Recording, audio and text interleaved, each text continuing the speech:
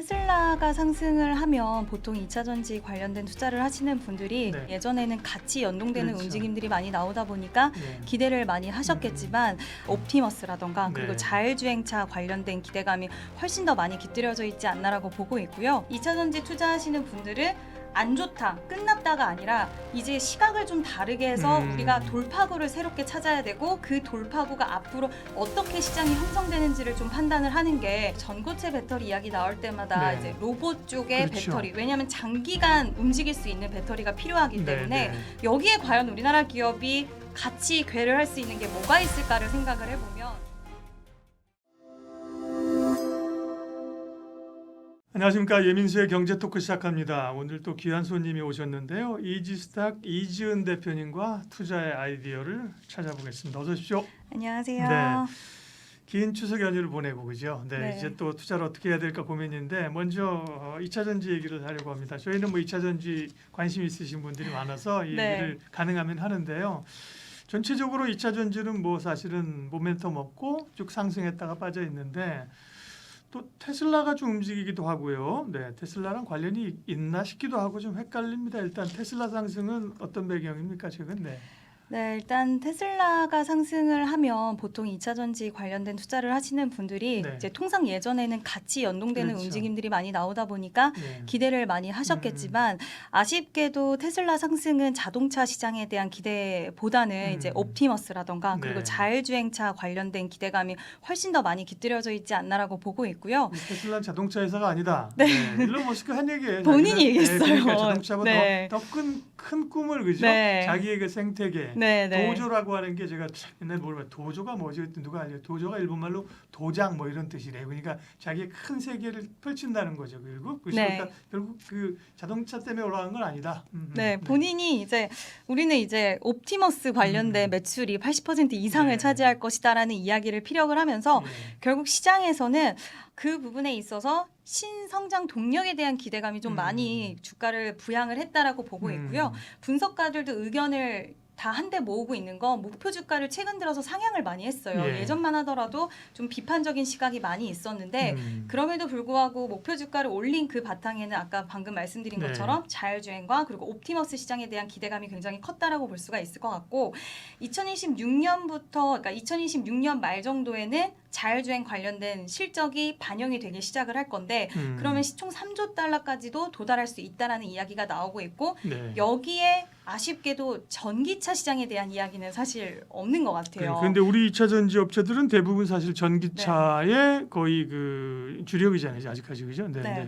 아무래도 이제 뭐 테슬라 자율주행이라던가 네. 그리고 우리가 기대를 한다고 방금 말씀드린 옵티머스 로봇이라던가 그러게요. 이쪽으로 기대할 수 있는 2차 전지 종목들은 없다 보니까 그와 관련돼서 테슬라 쪽에서 이제는 기대를 하기에는 좀 어렵지 않을까라고 보고 있고요.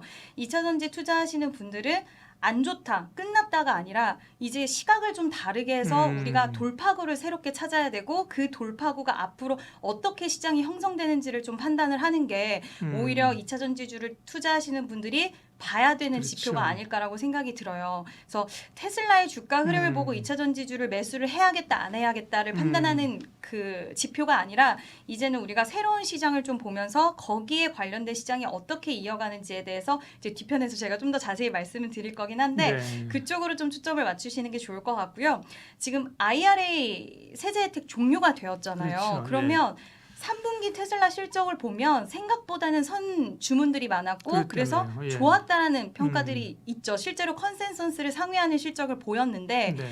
일단 이 부분에 있어서도 우리나라 기업들이 단기적으로는 좀 기대할 수는 있겠지만 4분기 들어서는 아마 수요가 굉장히 위축될 가능성이 있어서 이마저도 살짝은 우리가 지금은 기대할 요인은 좀 없다라고 볼 수가 있을 것 같고 리튬 가격 같은 경우에도 지금 중국이 공급을 계속해서 줄인다라는 이야기들이 나오면서 가격 상승이 좀 나왔었어요. 예. 근데 지금 CATL 쪽에서 또 가동을 할 수 있다. 선 가동에 대해서 이야기가 나오면서 다시 한번 수요 리스크라든지 이런 부분들이 대두가 되면서 리튬 가격도 올라가는 흐름보다는 지금 계속 변동성이 나오고 있는 구간에 진입을 했기 때문에 우리가 통상 2차 전지 관련돼서 이렇게 돼서 올라왔어라는 그 이유로는 지금 좀 찾기는 어려울 것 같고요. 오히려 새로운 돌파구적인 측면으로 장기적으로 봤을 때는 오히려 유럽 시장을 본다던가 아니면 우리가 ESS 시장을 그렇죠. 저는 보는 게 지금은 맞지 않나라고 판단을 하고 있고 네. 그렇기 때문에 단기 시선보다는 2차 전지주들은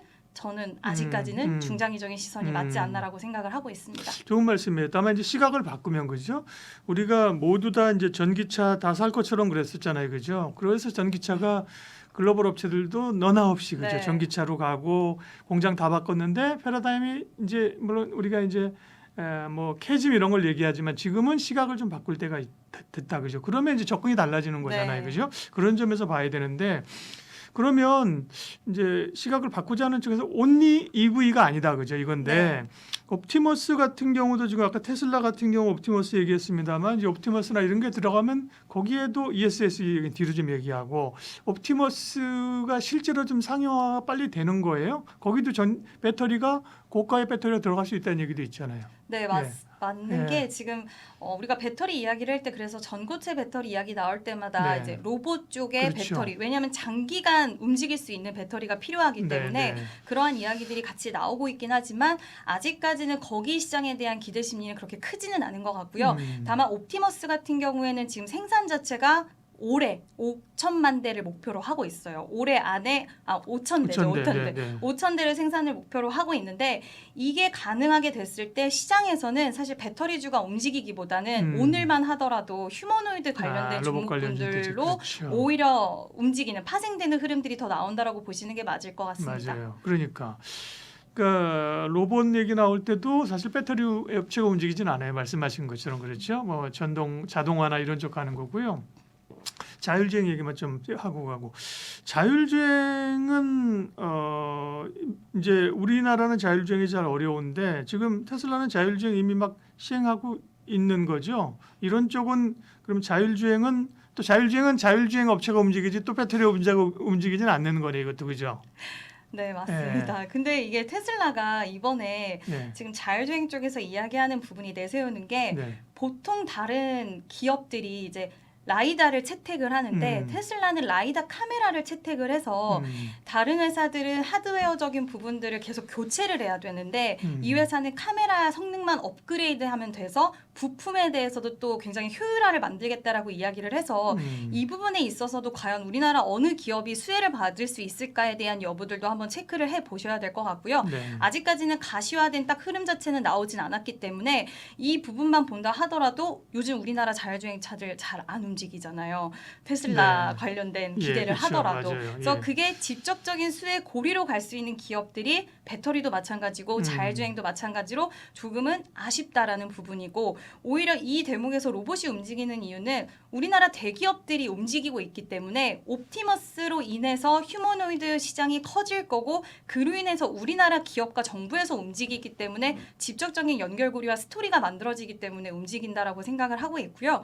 자율주행 관련돼서도 지금 테슬라가 이야기하는 건 아직까진 규제는 많이 있어요. 지금 다 규제가 철회가 돼서 네. 다 뚫고 나간 게 아니라 지역마다 규제도 여전히 있고 국가마다 규제도 있기 때문에 이 부분을 좀 봐야 되는데 테슬라 이야기를 빌려서 이야기를 하면 물론 시장에서는 그가 이야기한 게 다 되지는 않을 것이다라고는 하지만 그가 이야기하는 부분은 자율주행 관련돼서 우리는 이 부분에 있어서 무인 택시에 대해서 다 사업자가 되는 거다. 내가 테슬라의 무인 택시를 사면 그래서 자동차 가격에 무인 택시 가격까지 얹어서 굉장히 비싼 자동차를 판매를 할 수 있고 그로 인해서 우리는 마진을 많이 남길 수 있다. 이런 청사진을 그리고 있는데 여기에 과연 우리나라 기업이 같이 궤를 할 수 있는 게 뭐가 있을까를 생각을 해보면 사실 전 아직은 떠오르지는 않더라고요. 그래서 이 부분에 있어서는 테슬라를 투자하시는 분들이 앞으로 팔로우해야 되는 부분이라고 생각을 하고 있고 우리나라 2차 전지 투자하시는 분들은 뭐 여기에 관련돼서